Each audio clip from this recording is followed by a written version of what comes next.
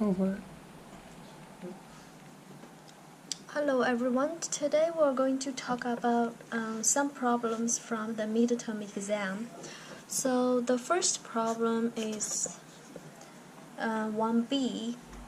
We are asked to solve given linear equations.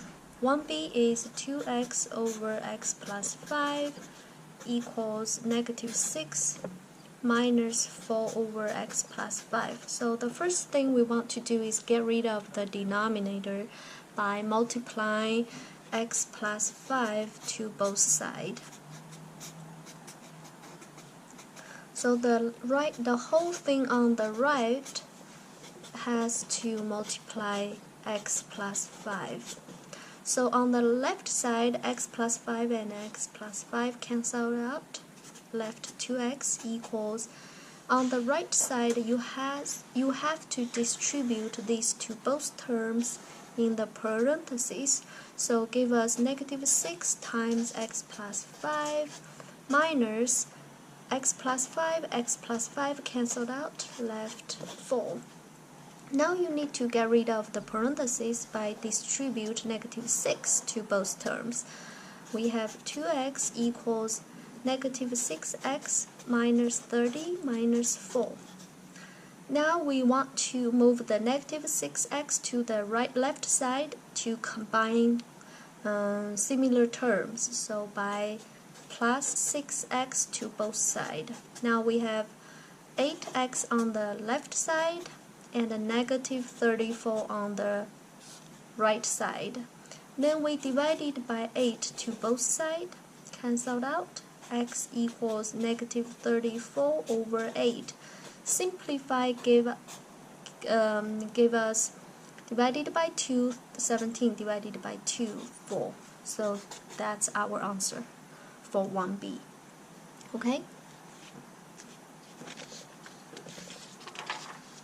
So the next question I want to talk about is question number 4b.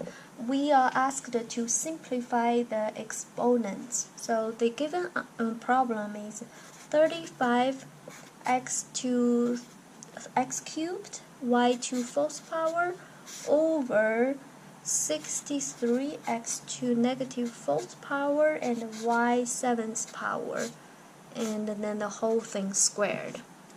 So what I'm going to do is I want to deal with the negative fourth power first in the parentheses. So we flip this to the top and become a positive fourth power. So will be 35x to x cubed, then times x to fourth power. This fourth power is from the denominator. Then we have y to fourth power. Then the denominator left 63 y to 7th power, so the whole thing squared. Now I'm going squared, meaning the whole thing times itself twice, okay? It's times itself, that's it. So we have 35x cubed, x fourth power, y to fourth power, 63 y 7th power times itself. You just copy it. Then y to fourth power.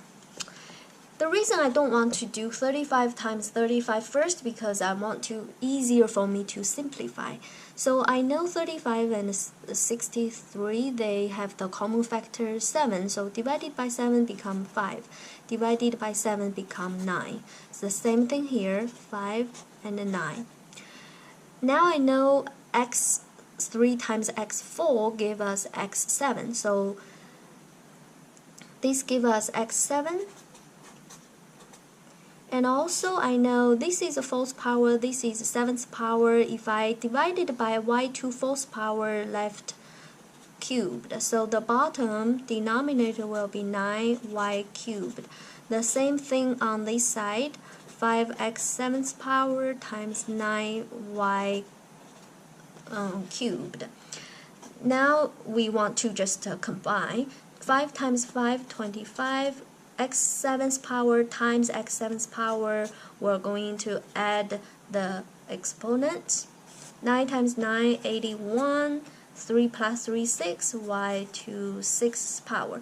You can also write as 25 over 81, x to 14th power, and y to negative 6th power. If you don't want to write variables as the denominator, you can write as this.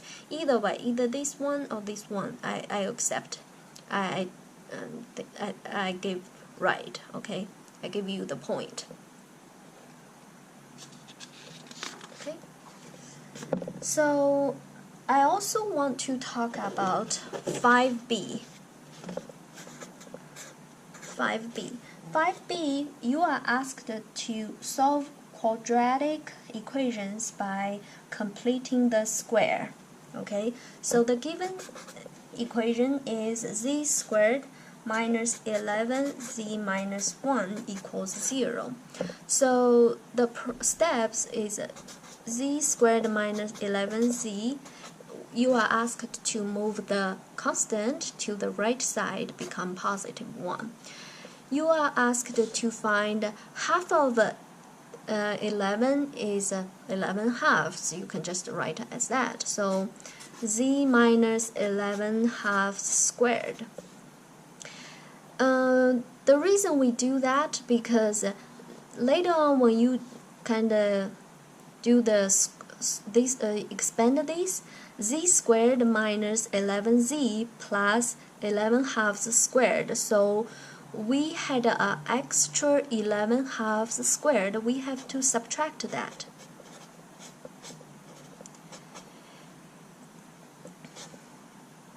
So we didn't do anything on the right side. It's just the right side, left side we rewrite as a square. Since we have an extra 11 halves squared, we have to subtract that part from the initial equation, okay? So now this is also a constant. We want to move to the right side. So the left side left as z minus 11 halves squared equals 1 plus 11 halves squared equals 1 plus 121 over 4. So 1 is a 4/4. So put together is 125 over 4. Okay. So we have z minus 11 halves squared equals 125 over 4. So we want to square root to both sides, give us z minus 11 halves equals positive or negative square root of 125 over 4 gives us positive, negative. Since 125 equals 25 times, okay, I will write out 25 times 5 over square root of 4. We know square root of 4 is 2, and the square root of 25 is 5, and leave this 5 inside of the square root. Okay, now we can add the 11 halves to both sides, give us z equals 11 halves plus 11 halves. We can put the 11 halves in front. 11 halves plus minus 5 square root of 5 over 2. So that's our answer, meaning z either can be 11 halves plus 5 square root of 5 over 2. Z can also be 11 halves minus 5 square root of 5 over 2. That's it. Okay?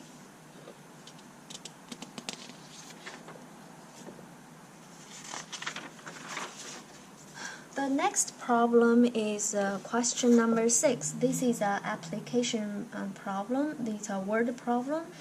And you have to read the problem carefully because the farmer does not fence the side along the highway. Okay? This is a highway and this is his fence. If you assume this is the width, this is the length of the fence, so we have 2 widths plus 1 length.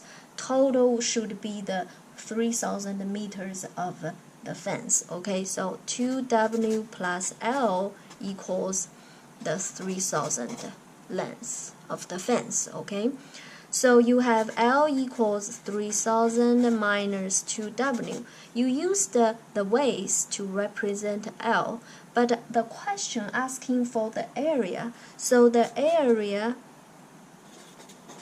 equals length times waist, and we used the waist representing the length, so we got 3,000 minus 2W times W.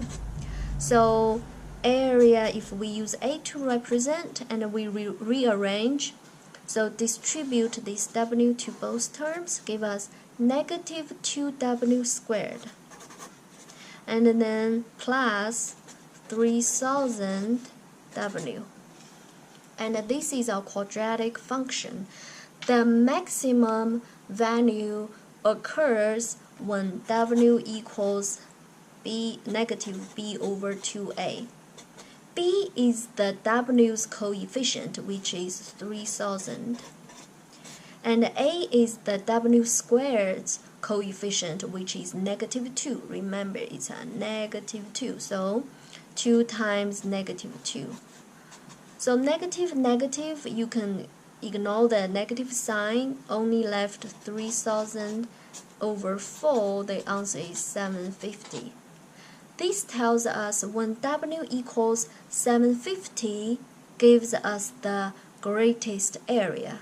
Okay, so you just plug in these two, just to this equation. That's our maximum of area. So you can say maximum of A equals negative 2 times 750 squared plus 3,000 times 750. You use your calculator, you should get the correct answer, which is 1,125,000. The unit is meters squared. Okay, because we were given the initial 3,000 is meters.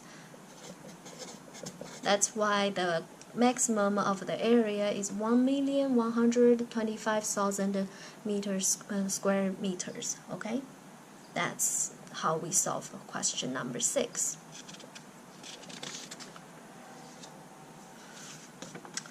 So the last question I want to talk about in our midterm exam is question number 8. We were given a piecewise function, which is f(x) equals negative x squared minus 2 when x less than 0. When x equals 0, it's 0. When x greater than 0, it's x squared plus 2. Okay, this is the piecewise function we were given. And the first thing you are asked to complete the table when x equals negative 3, negative 2, negative 1, 0, 1, 2, 3. You just plug in different piecewise. Okay, when x equals negative 3, you need to plug in this expression. Give us negative 11.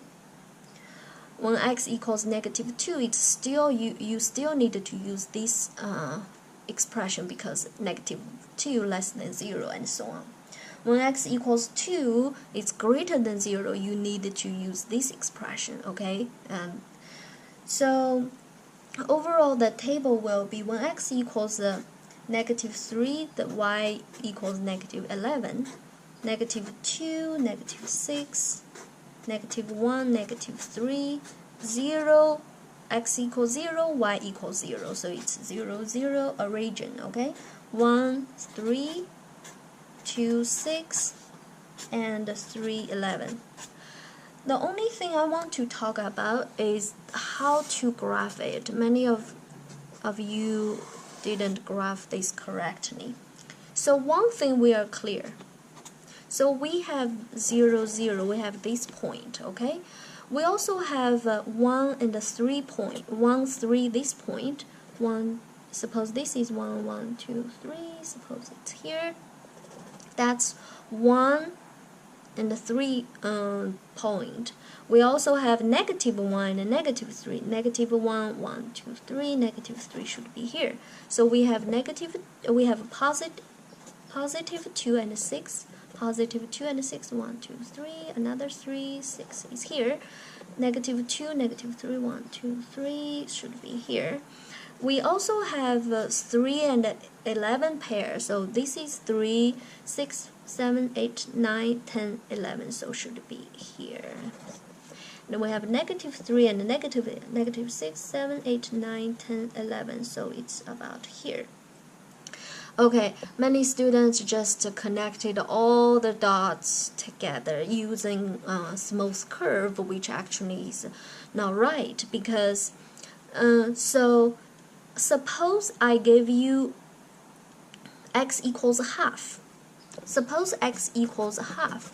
You need to use this. If x equals half, it's greater than 0. You have to use this expression, which is half squared is 1/4, plus 2 is 2 and 2, 1/4.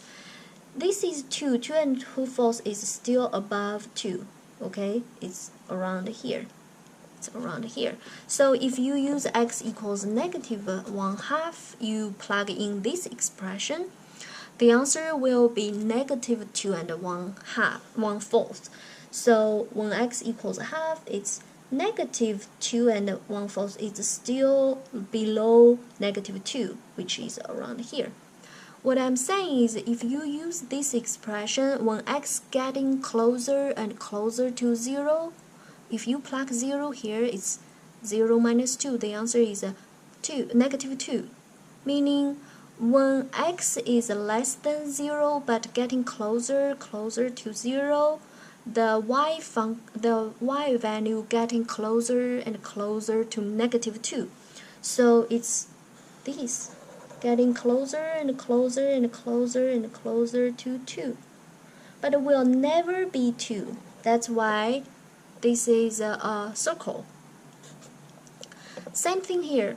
When x getting closer and closer to the right of 0, y getting closer and closer to 2 from the right side, but will never be 2 because x will never be 0 in this expression. That's why, like this, getting closer and closer and closer to 2, but will never be 2.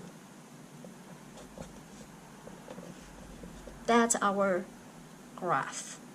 Okay? Based on the graph, we are asked what's the domain of fx. Domain, x can be anything. Less than 0, equals 0, greater than 0. So domain will be -infinity to +infinity. But the range needed to be careful. Say range x can be y can be -infinity to 2 but not equal to. So it's -infinity to 2, not include 2. And we should have this 0. You need to use the set notation to have this 0. We have another 2 to +infinity, but not including the +2, which is positive. Oh, sorry, here is -2. My bad. Here is -2. Here is +2. 2, +2 to +infinity. That's the range. X-intercept only has 1, 0, 0, this point. Remember, intercept is always a point. Points always should have x and y coordinates. So 0, 0. Okay, that's the x-intercept, 0 and 0. Y-intercept also only has this one because 0 and 2, 0 and -2 will not be y values. So y-intercept is also just 0 and 0, okay? So fx is increasing on the interval of, it's always increasing. So increasing on the interval of negative, increasing on the interval, we are talking about x values. So the interval is -infinity to +infinity. And fx is not decreasing, so no decreasing interval, okay? The next question asked, determine whether fx is symmetric with respect to the x-axis or y-axis or the origin. Apparently, it is symmetric with respect to the origin. You are asked to explain why, because when we have x and y on the graph, we also have negative x and negative y on the graph. Say 3 and 11, negative 3 and negative 11, 2 and 6, negative 2 and negative 6. That's the definition of symmetry along origin. That's why you are asked. That's how you explain why. Last question, to determine whether this function is an even function or odd function. It is odd because it's symmetric along origin. That's the definition of the odd function. Okay, it's odd and it's symmetry with respect of origin. That's how we answer question number 8. Okay, I hope this video can help you to understand all the problems in our midterm exam. If you have any questions, feel free to let me know.